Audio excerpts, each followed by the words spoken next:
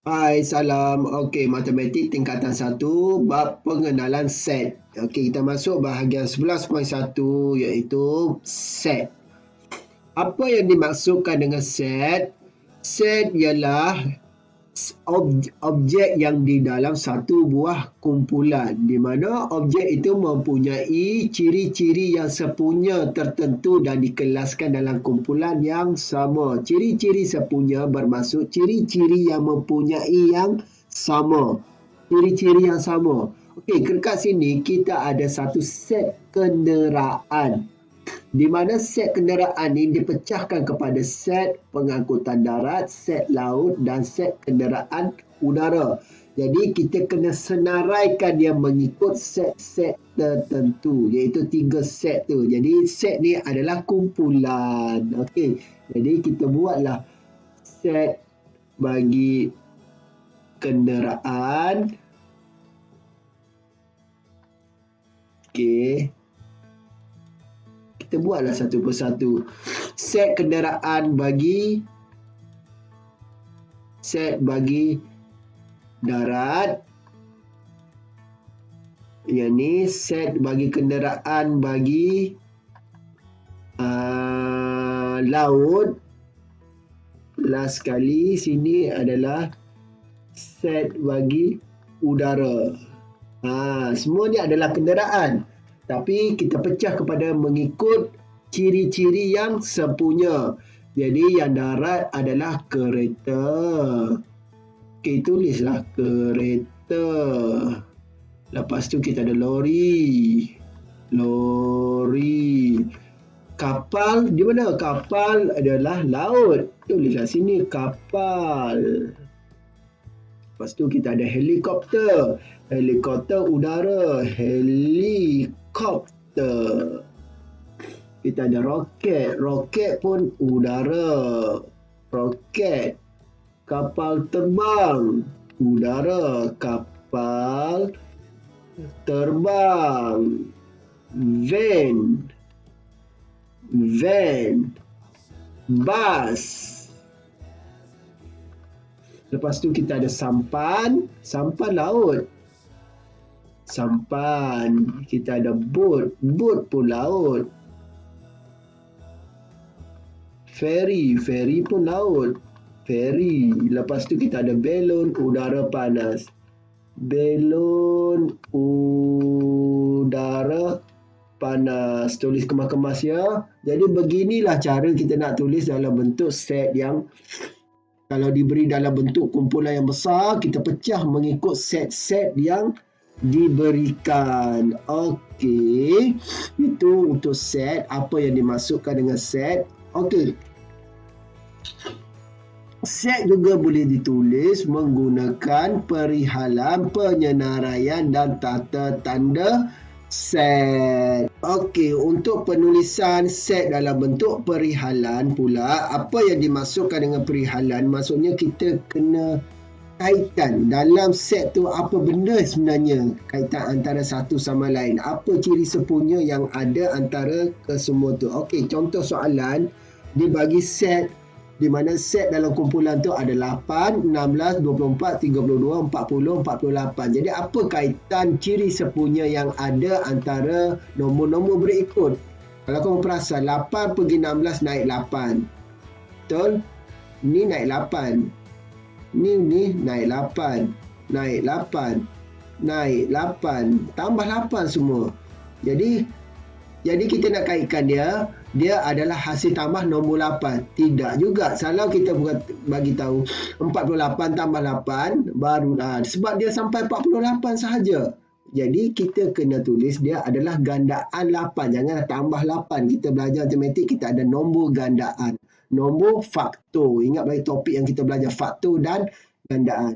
Topik ni banyak kaitkan dengan topik bab 2 yang kita belajar sebelumnya ini, iaitu bab faktor dan gandaan. Jadi ni kaitkan dia dengan nombor-nombor ni ada kaitan dengan gandaan 8 kurang daripada 50. Jadi kita tulislah dia adalah gandaan 8 kurang daripada 50. Sebab dia kurang daripada 50 sampai 48 sahaja. Okay, jadi itulah cara kita nak, maksudnya menggunakan kaedah perihalan ni, kita memerihalkan, kaitkan apa yang sama antara satu sama lain, apa ciri-ciri yang sama antara set yang dibagi tu. Okey, yang kedua. Yang ni pula dia diberi dalam bentuk perihalan. Dia suruh tulis dalam bentuk penyenaraian. Kenapa cikgu tahu ni perihalan? Sebab dia kata faktor sepunya bagi 6 dan 18, dia kata. Okey, dalam bentuk perihalan. Dia kata ni dalam bentuk perihalan. Ni dalam bentuk perihalan dah kan? Ni dalam bentuk perihalan. Sebenarnya ni adalah dalam bentuk perihalan. Tukar kepada penyenaraian. Jadi maksudnya kamu kena tulis dalam bentuk macam ni. Kamu kena tulis dalam bentuk senarai. Penyenaraian. Yang ni perihalan. Yang ni pun perihalan, tapi soalan yang ni suruh tulis dalam bentuk penyenaraian. Jadi apa senaraian kamu tulis? Faktor bagi 16 dan 18. Faktor sepunya ni faktor yang sama. Jadi kita faktorkan 6 dulu. Nombor faktor bagi 6 adalah 1. Yang boleh dibahagi dengan 6. Ingat, faktor ni ada nombor yang boleh dibahagi dengan 6. 1, 2, 3, 4 tak boleh, 5 tak boleh, 6. Okey, faktor bagi 18 pula. 1, 2, 3, 4 tak boleh, 5 tak boleh, 6 boleh. Lepas tu kita ada 9 boleh. Kita boleh, sebab 18 bagi dengan 9 boleh. Lepas tu 18 bagi dengan 18. Jadi itu adalah faktor bagi 18. Jadi faktor sepunya adalah faktor yang sama. Okey. Jadi yang sama adalah 1, 2, 3, 6. Sampai 6 sahaja. Sebab atas ni tak ada lagi nombor lain. Jadi faktor sepunya bagi 6 dan 18 adalah 1, 2, 3, 6. Tutuplah kurungan. Okey, lagi satu. Kamu kena, kalau nak senaraikan, gunakan kaedah kurungan macam ni. Buka kurungan, tutup kurungan. Okey, dia mesti ada tanda macam ni. Jangan kamu buat macam ni. Salah. Ya, salah. Tolong gunakan simbol macam ni. Buka kurungan, tutup kurungan. Okey, jadi ini penyenaraian dia. Okey, kita tengok yang ni pula dalam bentuk untuk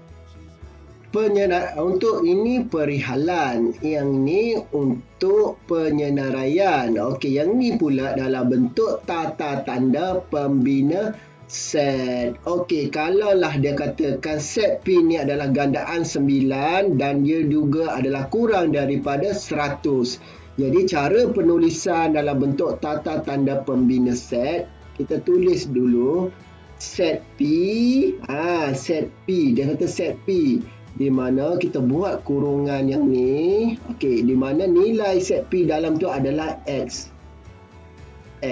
Di mana X ialah titik bertindih, ialah X ialah gandaan 9.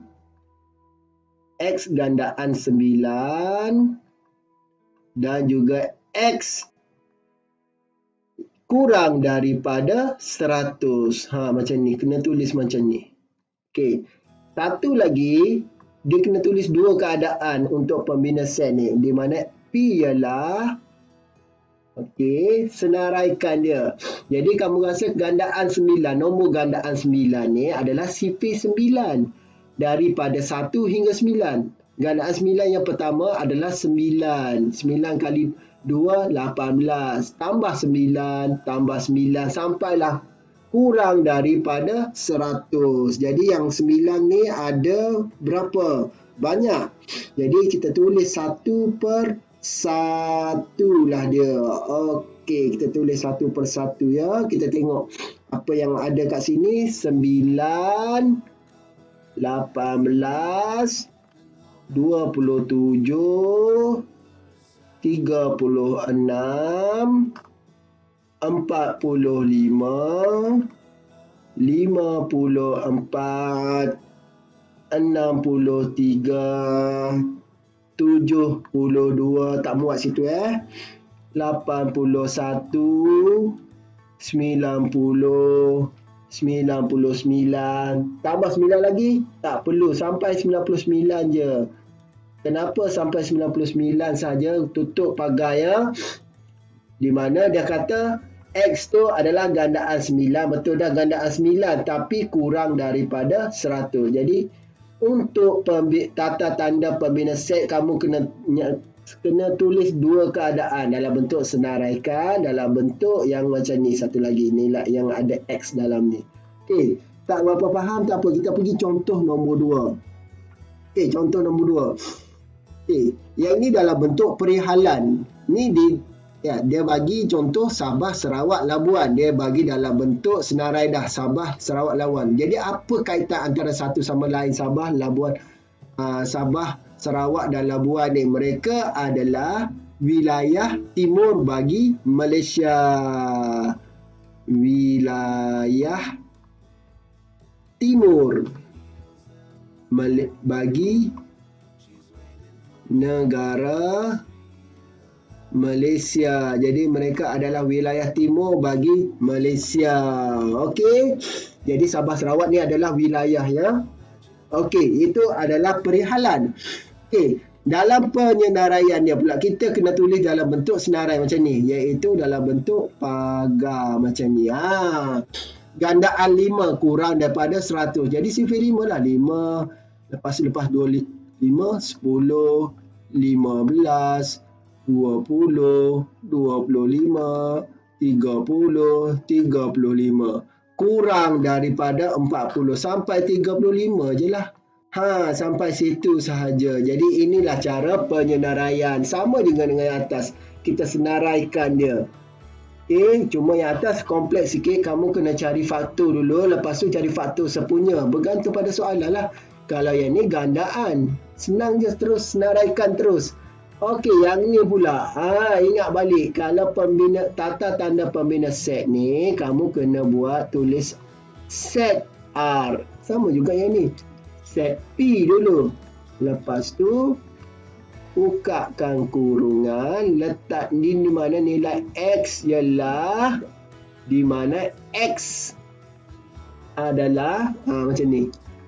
X ialah apa dia? Gandaan 9 kurang daripada 100.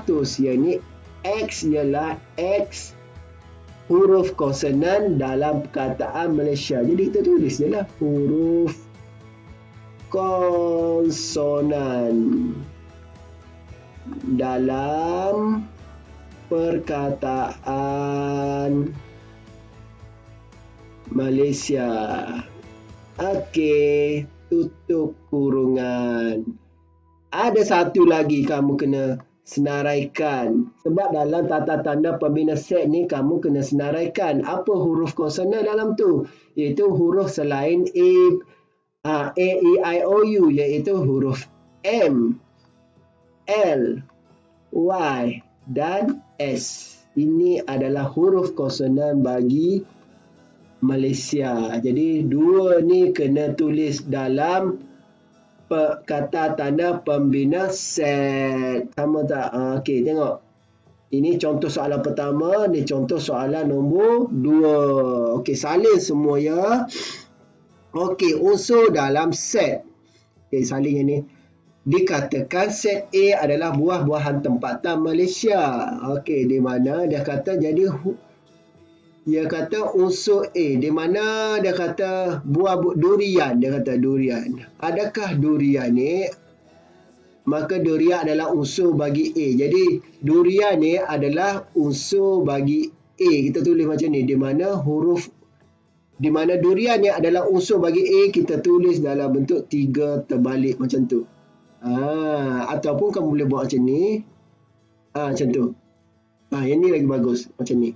Okey, jadi ni dia kata pula apple bukan buah-buahan tempatan. Jadi apple bukan unsur bagi A sebab set A ni adalah buah-buahan tempatan. Dia kata hanya buah-buahan tempatan. Jadi durian adalah salah satu buah-buahan tempatan Malaysia. Jadi dia adalah unsur bagi A, unsur ni benda yang dalam tu lah, sebab dia salah satu buah-buahan tempatan di Malaysia. Jadi kalau dia bukan, apple ni bukan, kita buat macam ni. Ataupun guna simbol mana-mana je lah, lebih kurang bentuk macam ni. Okey, kita tengok contoh soalan. Okey, contoh diberi set A di mana nilai X dia tu dalam tu adalah X. Tolong ni cara nak baca dia, kamu tengok sebelah sini dulu. X lebih besar dan sama dengan 10, maksudnya nilai X ni sama dengan 10 dan lebih besar. Jadi maksudnya 10, 11, 12, 13, sampailah, baca sini pula, X lebih kecil dan sama dengan 30, sampailah 30 lebih kecil dan sama dengan 30, maksudnya X tu antara 30 ke 10 dan sama dengan, maksudnya antara 30 lah. Paling kecil, paling besar dia 30, dia bukan kurang daripada 30, dia kurang dan sama dengan, tanda bawah ni sama dengan. Sama juga ini X lebih besar dan sama dengan, maksudnya dia X tu mesti besar daripada 10 atau sama dengan 10. Jadi 10 hingga 30 X tu. Jadi dia kata X tu adalah gandaan 3, CP3 lah. Okey, CP3. Kita senaraikan CP3. 3. CP3. Apa yang ada dalam CP3 lagi? CP3. Itu CP3, gandaan 3. 3 naik 3, 6. Naik 3, 9. Okey, minta maaf ada gangguan sikit. Okey, kita tengok 9. Lepas tu kita ada 12. Lepas tu kita ada 15, 18, 21, 24, 27, 30. Okey, sampai 30 sahaja kan, sebab antara, jadi dia kata X ni mesti antara 10 hingga 30. Jadi 10 hingga 30 yang ni bukanlah, bukan. Jadi ni adalah set bagi A ni. Jadi set A adalah di mana ia adalah 12, 15, 18, 21, 24, 27 dan 30. Tutuplah. Okey, jadi dia kata gunakan simbol ni atau simbol ni untuk nyatakan 6 adalah unsur bagi A ke tidak. 6, kita tengok. Bukan kan, tak ada kan, unsur bagi A adalah 12, 15 dia ni. Jadi dia bukan. Kalau bukan, kita buat macam ni. Lepas tu, tanda silangkan dia. Kalau ni 12, ya betul. Jadi kalau betul, kita buat macam ni. 24 betul? Betul. Okey, betul kita buat macam tu. 36 tidak ada sebab sampai 30 sahaja. Jadi kalau tidak ada, pakah silangkan dia macam tu. Okey, settle untuk unsur dalam X. Jadi simbol untuk dikatakan dia unsur atau tidak adalah menggunakan simbol ni. Iaitu simbol ni, kalau dia unsur macam ni, kalau bukan unsur, palangkan dia. Okey. Okay. Bilangan unsur pula. Kita tengok bilangan unsur bagi set P ialah 6. Dia kata 6. Maksudnya macam mana penulisan dia? Dia macam ni. Kita tuliskan dia N bilangan set P, kurungkan dia macam ni. Kurung biasa, tak payah yang tu. Lepas tu ke sini baru kita kena buat kurungan. Jadi tapi dia kata nak bilangan, dia ada 6. 1, 2, 3, 4, 5, 6. Jadi yang ni pula, bilangan unsur dalam Q adalah bilangan unsur dalam Q ialah ada berapa? 1, 2, 3, 4, 5. Ada 5 sahaja. Jadi macam itulah. Yang ni pula, N bagi set D ialah ada berapa unsur dalam tu? Ada berapa unsur dalam tu? Kita tengok. Dia kata bulan yang mengandungi 27. Bulan dalam Januari hingga Disember, adakah yang kurang daripada 27 atau sama dengan 27? Dia kata sama, yang mengandungi 27 hari, bukan kurang. Semuanya 30, 31 kan? Kecuali Februari 28 dan 29. Okey, jadi dia tidak ada. Kalau tidak ada, kita buat kosong. Ataupun kita boleh tulis dalam bentuk ni. Atau macam tu. Jadi kalau ada perkataan kosong, kosong palang ataupun pagar kosong bermaksud dia tiada unsur, tiada apa-apa, kosong terus. Itu dia maksud dia. Okey, salin untuk bilangan unsur dan bilangan yang tiada unsur. Kesamaan set. Okey, kita tengok kesamaan set pula. Dikatakan set A dan set B adalah sama ke tidak, ditanya. Sama atau tidak. Kita tengoklah A ni ada dua.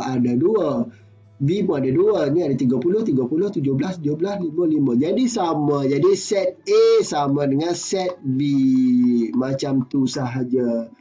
Adakah set P dengan Q ni sama? Kita tengok P ni dulu. P ni adalah nombor perdana. Sama ke nombor penganjir? Sudah pening kan? Okey, tak apa. Nombor perdana ni adalah nombor yang selain daripada satu dan boleh dibahagi diri sendiri. Jadi selain daripada nombor satu adalah nombor dua. Dua boleh bahagi dengan nombor dua, betul. Tiga boleh bahagi dengan tiga, betul. Empat boleh dibahagi dengan dua, dengan empat tak boleh. Sebab empat ni boleh bahagi dengan dua. Empat ni boleh bahagi dengan empat. Jadi empat bukan nombor perdana. Ingat balik ni belajar masa sekolah rendah lagi. Lima boleh bahagi dengan lima sahaja. Lima bahagi dengan dua, tak boleh. Lima bahagi dengan tiga, tak boleh. Jadi lima adalah nombor perdana. Enam nombor perdana ke? Tidak boleh sebab enam boleh bahagi dengan dua, enam boleh dibahagi dengan tiga, enam boleh dibahagi dengan enam. Jadi enam bukan nombor perdana. Jadi nak tulis sampai berapa banyak cikgu? Tak perlu tulis. Cuma kamu kena tahu nombor perdana tu macam mana. Okey, kalau Q, dia kata Q nombor ganjil. Nombor ganjil ni nombor 1, nombor 3, nombor 5, nombor 7, nombor 9, apa-apa banyak lagi sampai belakang kan. Jadi dia kata dua ni sama. Jadi kat sini ada nombor 1, tidak ada. P tak ada nombor 1, dia nombor 2 ada. Sini Q tak ada nombor 2. Jadi tak sama. Jadi P dan Q adalah tidak sama. Set yang tidak sama. Jadi pangkahlah macam tu. Buat sama dengan palangkan dia tengah-tengah. Kalau sama, lurus macam tu sahaja.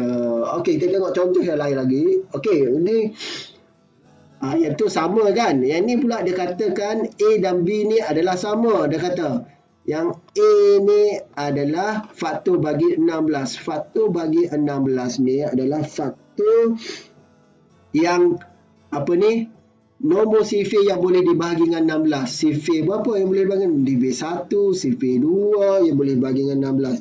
Sifir 4, sifir 8, sifir 16. Jadi A adalah 1, 2, 4, 8, 16. Kenapa 6 bukan cikgu?